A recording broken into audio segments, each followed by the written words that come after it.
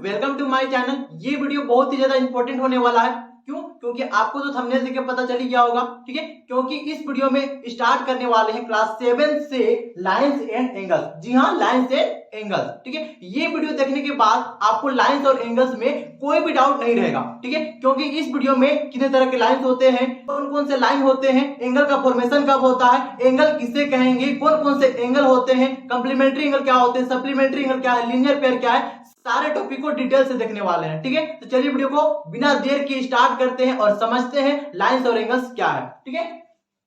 हमें लाइंस को समझने के लिए सबसे पहले समझना पड़ेगा स्ट्रेट पाथ को। स्ट्रेट पाथ आखिर होता क्या है, ठीक है। The path which is not curve that is straight, वैसा पाथ जो मुड़ा हुआ ना हो बल्कि क्या हो, सीधा हो, उस तरह के पाथ को हम कहेंगे स्ट्रेट पाथ, ठीक है। अगर बात करें एग्जांपल की, तो ये हमारा जो पाथ है वो कहीं भी मुड़ा हुआ नहीं है, तो ये हो जाएगा हमारा स्ट्रेट पाथ। लेकिन एग्जांपल नंबर 2 को देखें तो ये हमारा जो पाथ है वो क्या है, मुड़ा हुआ है, ठीक है। तो इस तरह का पाथ को हम स्ट्रेट पाथ नहीं कहेंगे, ठीक है। इस तरह का पाथ को हम कहेंगे स्ट्रेट पाथ, ठीक है।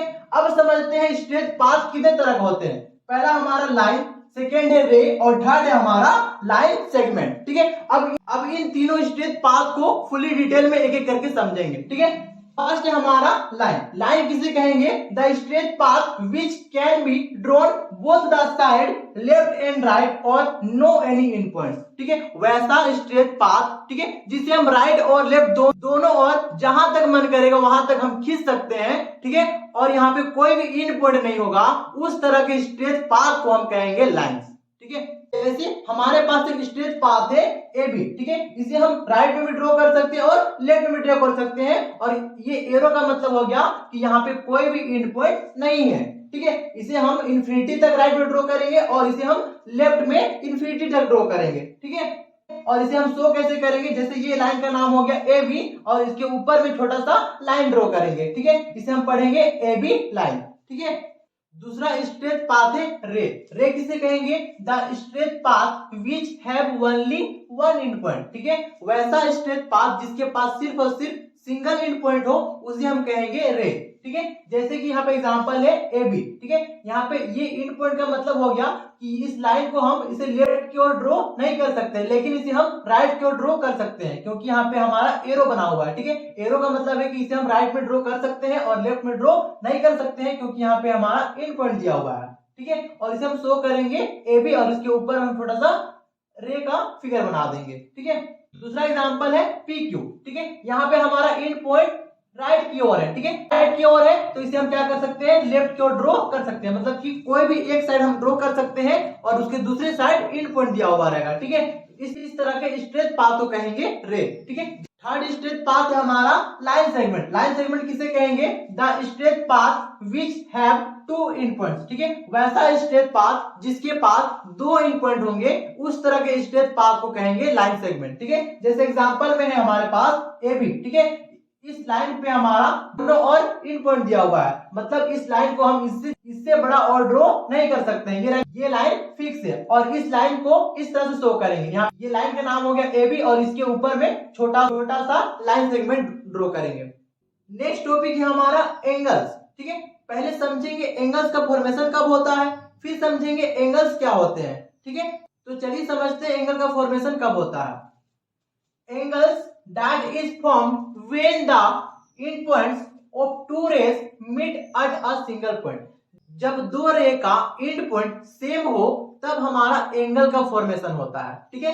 जैसे कि यहाँ पे हमारे दो रे दिया हुआ है, एक हमारा ओ ए, दूसरा है ओ बी, ठीक है। दोनों रे का एंड पॉइंट बात किया जाए तो सेम है और वो है हमारा ओ, ठीक है।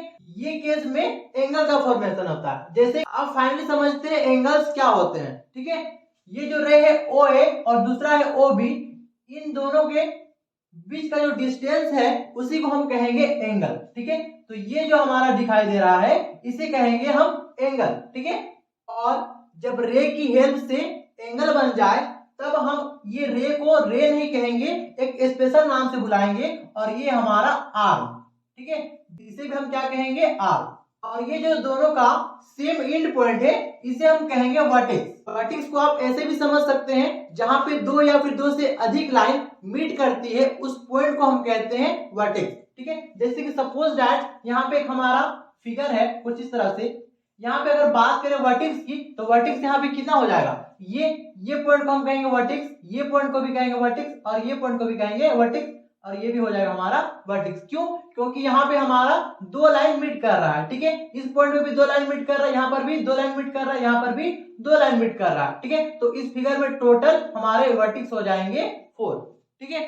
पढ़ते हैं नेक्स्ट हमारा angles are measured in degree और रेडियन, ठीक है। एंगल्स को हम ऑलवेज डिग्री या फिर रेडियन में मेजर करेंगे। अब क्वेश्चन आता है ये डिग्री और रेडियन क्या होते हैं, ठीक है। जिस तरह से हम लेंथ को मीटर, सेंटीमीटर, किलोमीटर में मापते हैं, उसी तरह से एंगल को मापने के लिए जिस यूनिट का यूज करते हैं वो हमारा डिग्री और दूसरा है रेडियन, ठीक है। ये दोनों यूनिट से एंगल को मापा जाता है, ठीक है।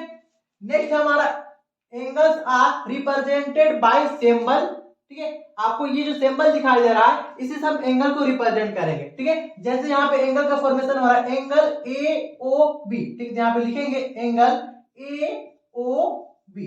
यहाँ पे एक नोट करने वाला बात ये है कि जिस जगह पे एंगल का फॉर्मेशन हो रहा है उसे हम ऑलवेज मिडिल में रखेंगे।